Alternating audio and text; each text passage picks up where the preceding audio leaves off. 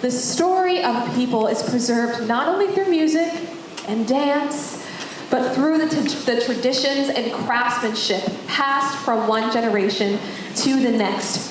Few traditions represent the heart and resilience of Bahamian culture more beautifully than our world-renowned straw work. Please welcome Cynthia Munnings as she presents the art of Bahamian straw work. Thank you.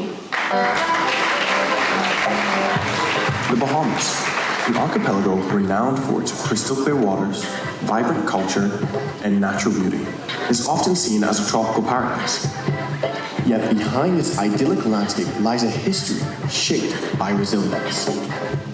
In the early 18th century, the then colony faced persistent challenges, including piracy, limited trade, and an uncertain future. Serving in between terms of Governor Wood Rogers and under British rule, Governor George Feeney sought new ways to strengthen the economy and establish a cultural exchange by bringing a Bermudian woman to teach straw plaiting to the inhabitants of New Providence. Straw plaiting is different from the Seminole Indian straw weaving found in Red Bay Andrews. Straw weaving entails wrapping strips of straw, creating rings to form vases, baskets, and plates. This similar tradition was introduced to the Bahamas almost 100 years after straw plaiting. What began as an opportunity would become one of the Bahamas' most enduring traditions. Since 1721, the success of the straw industry owes much to the native palm used in the craft. Even today, residents of islands such as Cat Island continue to follow generational knowledge, carefully harvesting the young palm fronds known as tops. Once collected, the tops are bundled, laid in the sun to dry, and then shipped nationwide.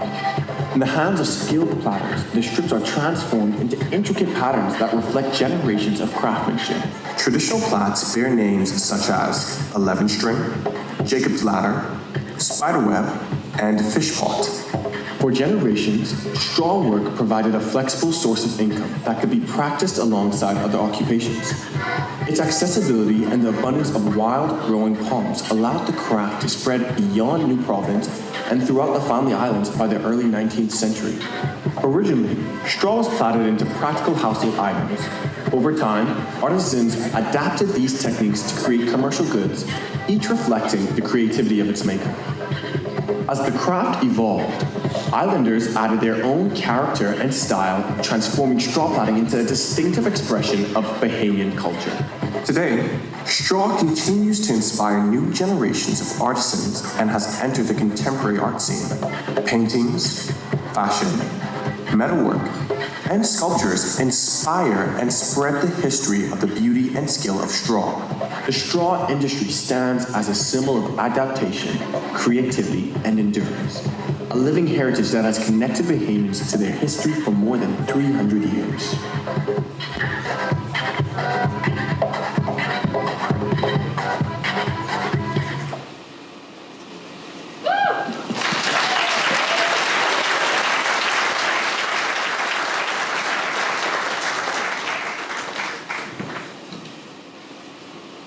Hello everyone, I'm Cyn.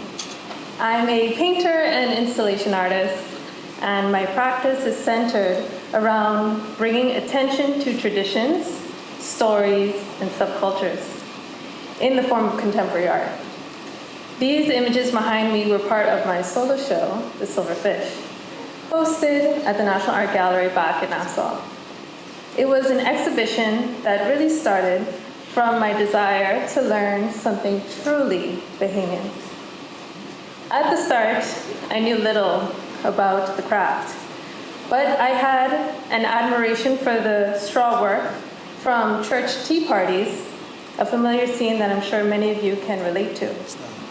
Personally, when I think of tea parties, I think of white gloves, flower dresses, fascinators, and straw bags.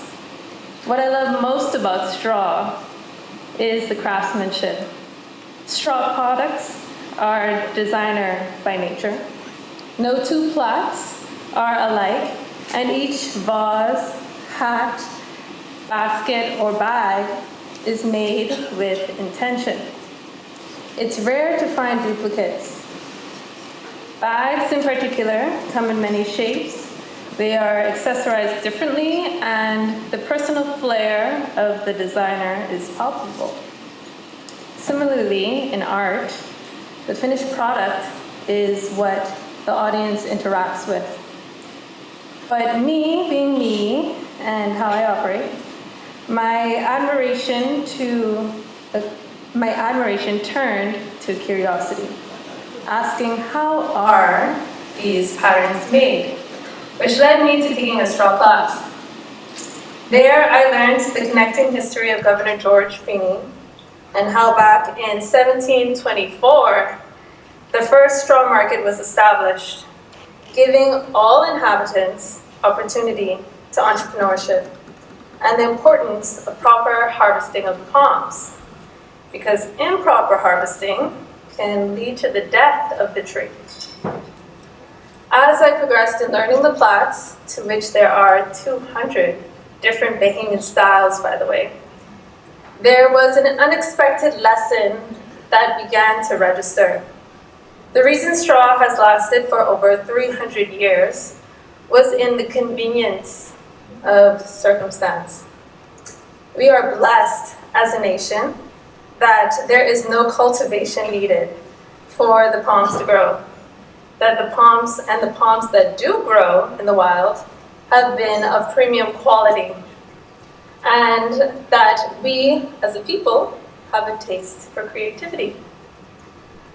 Most of the craft is treated as a supplementary means of income, so although persons can be expert platters and expert bag makers, those that have it as a profession are few and dwindling. Unfortunately, this relaxed formation of the industry has become a double-edged sword. One for one of the pillars of our culture. I created these sculptures and paintings with the hope to bring attention to the beauty of the craft, the need for intentionality of a nationwide system to keep the knowledge alive, and to inspire my fellow Bahamians to take up a piece of tree and learn a little something. Because culture isn't only something we inherit, it's also something we choose to carry forward. Thank you.